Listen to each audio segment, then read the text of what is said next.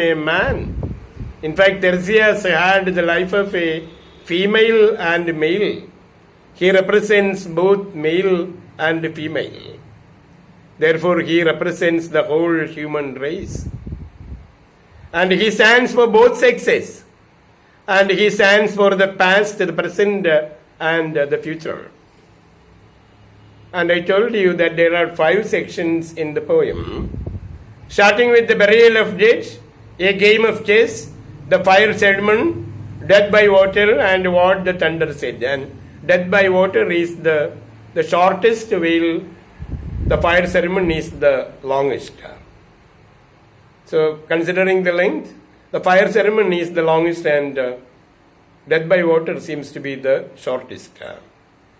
And the poem has got epigram also. Epigraph has been taken from Petronicus Satyricon. So it has been taken from Petronicus's Satyricon. And Petronicus has been considered one among the greatest of writers like Virgil and Ovid. And like Virgil and Ovid, he had also featured Sibyl. The Sibyl was a mortal, and she lived for 1,000 years. The Sibyl continued to live for 1,000 years. She was blessed with a long life by the god Apollo. Apollo granted her the wish in exchange for her virginity, and she was found a virgin. And in exchange for her virginity, Apollo blessed with long life. And the same story was discussed by Ovid, Virgil, and Petronicus. Petronicus discusses the subject in his book Satyricon.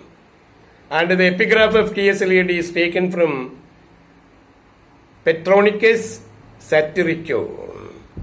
And interestingly, so the epigraph is translated as, I saw with my own eyes the Sibyl of Cumaean hanging in a jar.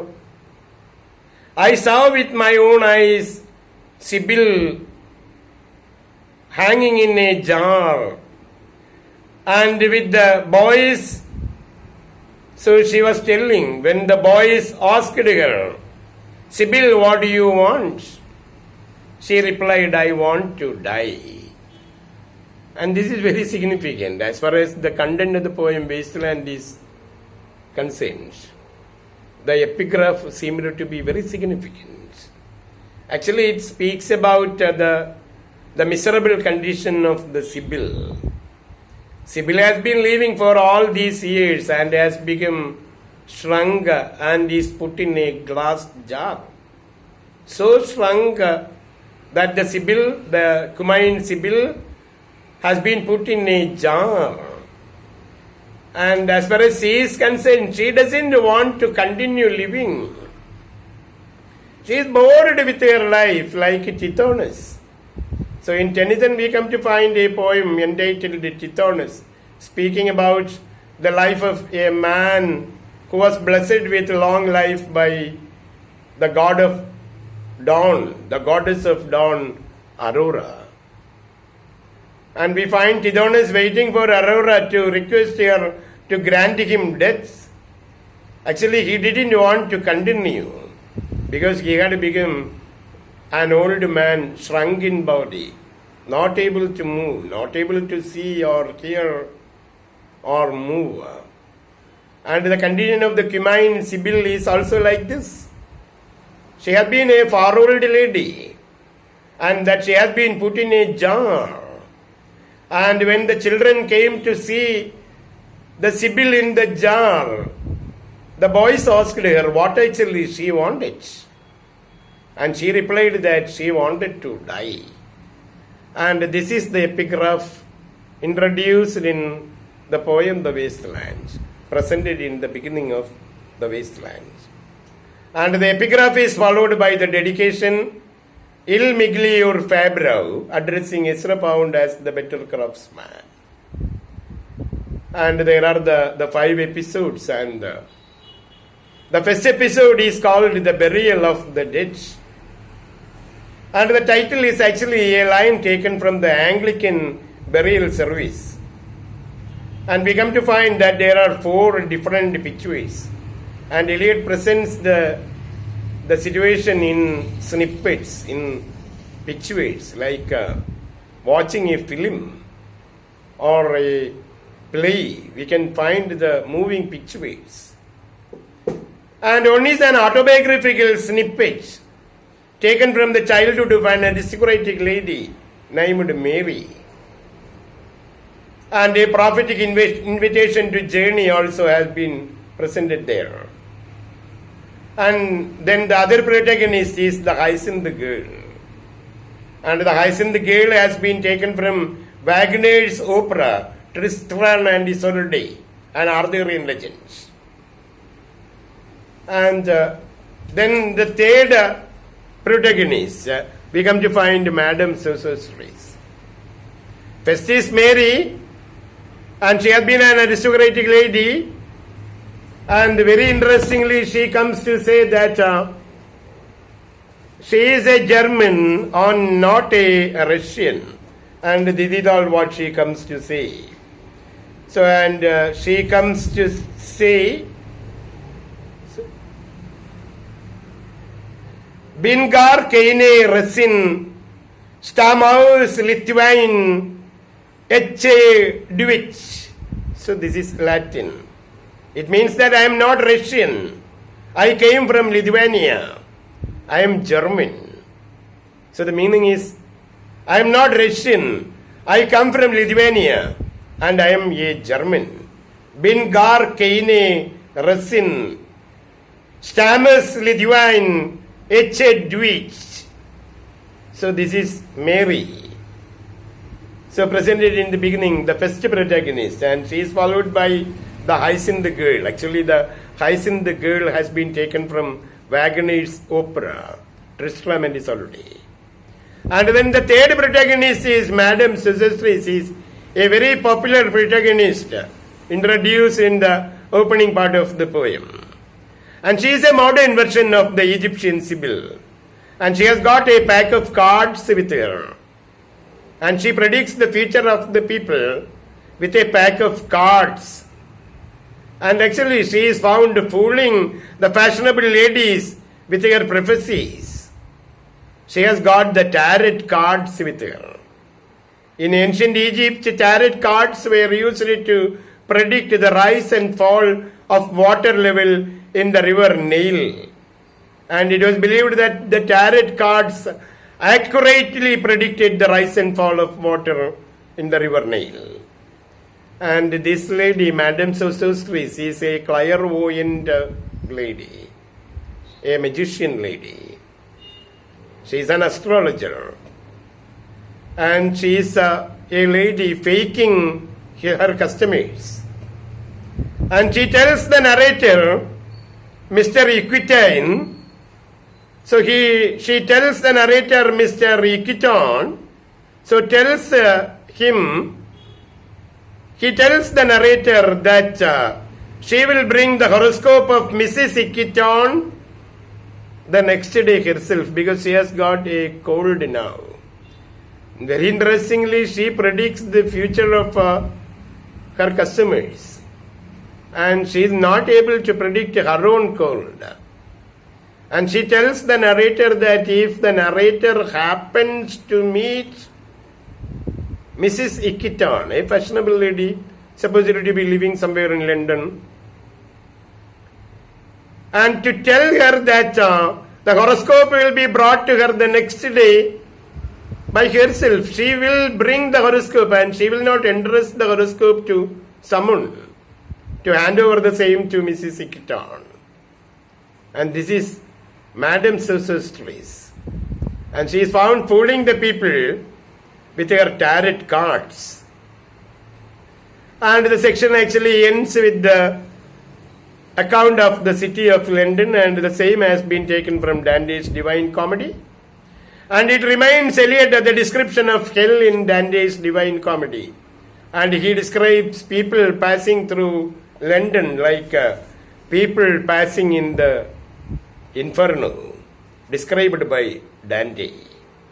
And the lines very popularly. Unreal city, under the brown fog of winter dawn, a crowd flowed over London Bridge. So many.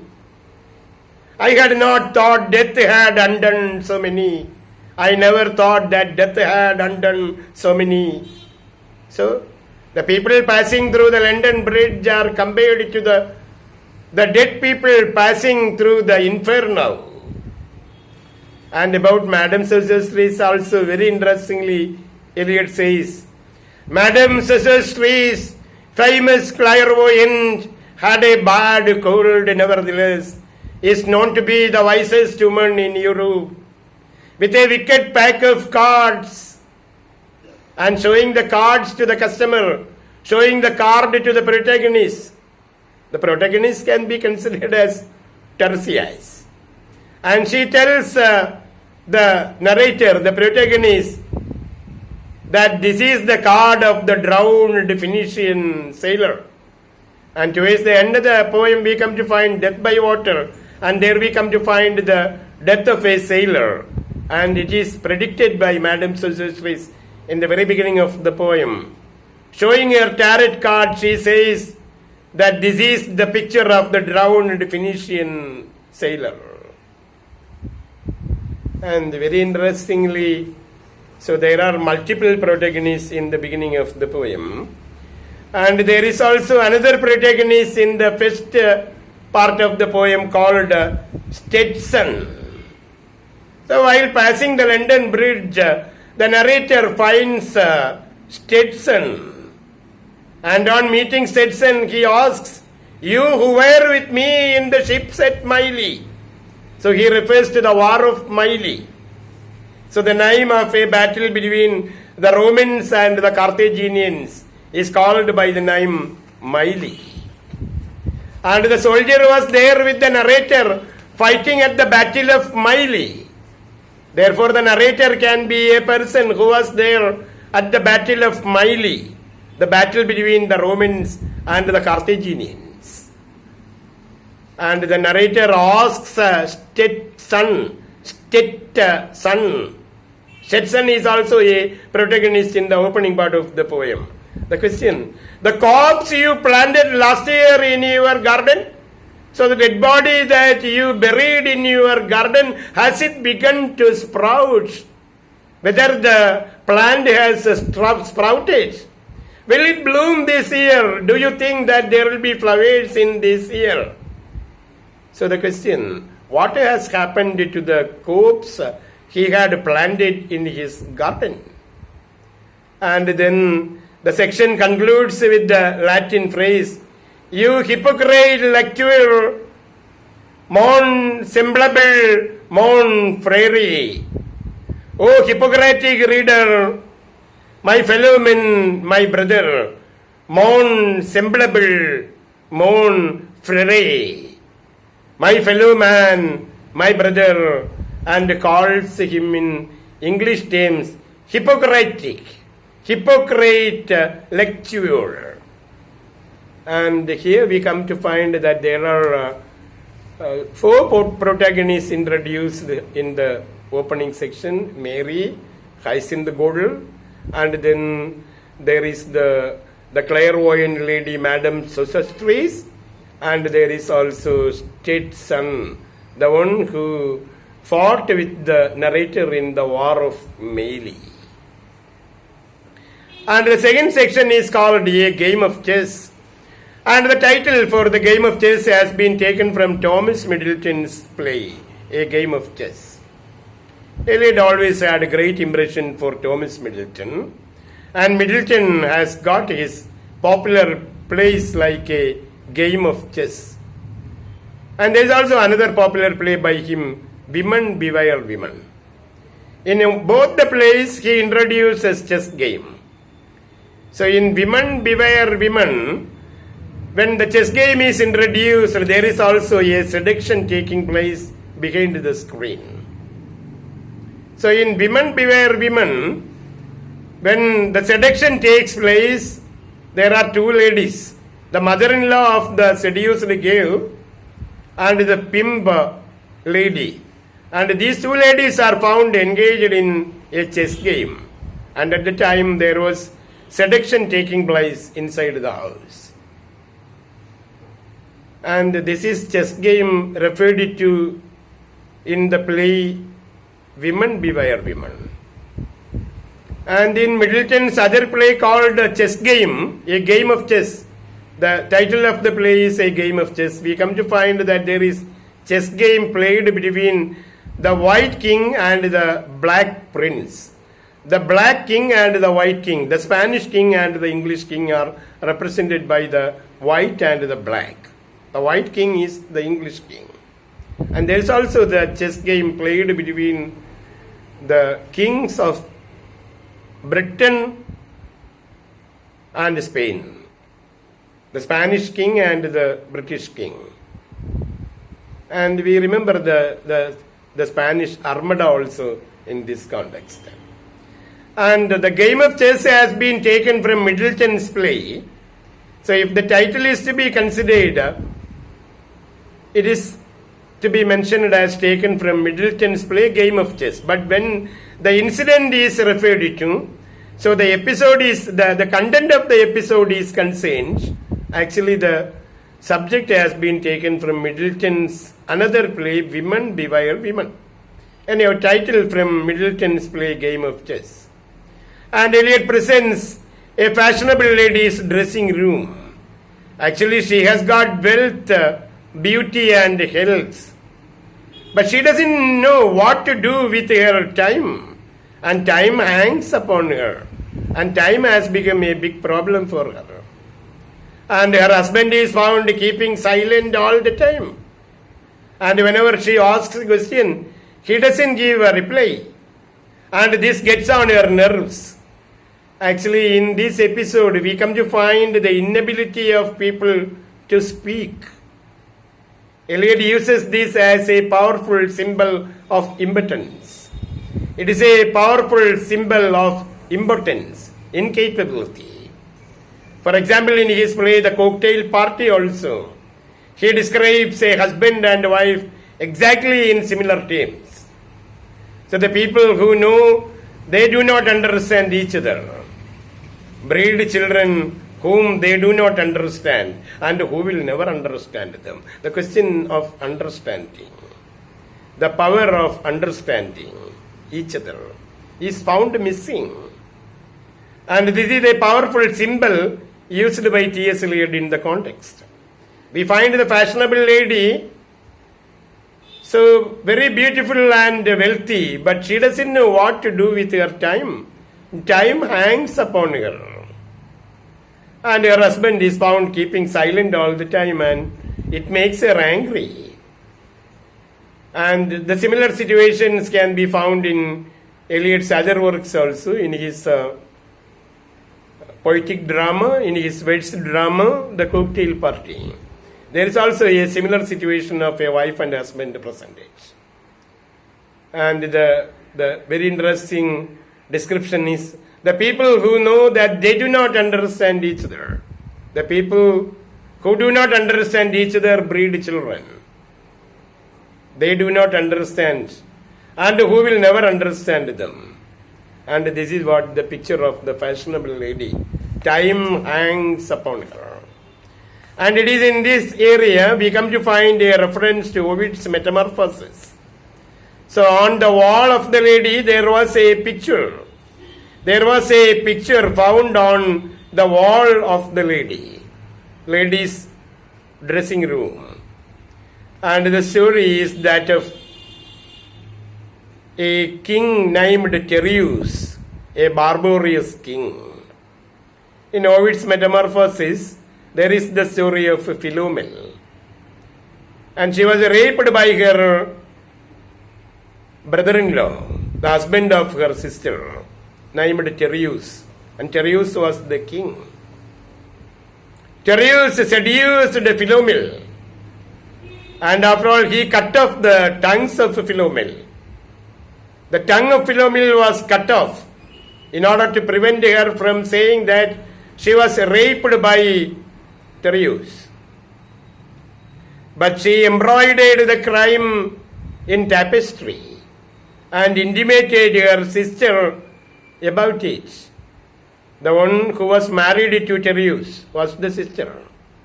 And she intimated her sister through embroidering the crime in a tapestry, in a curtain. And the sister became revengeful.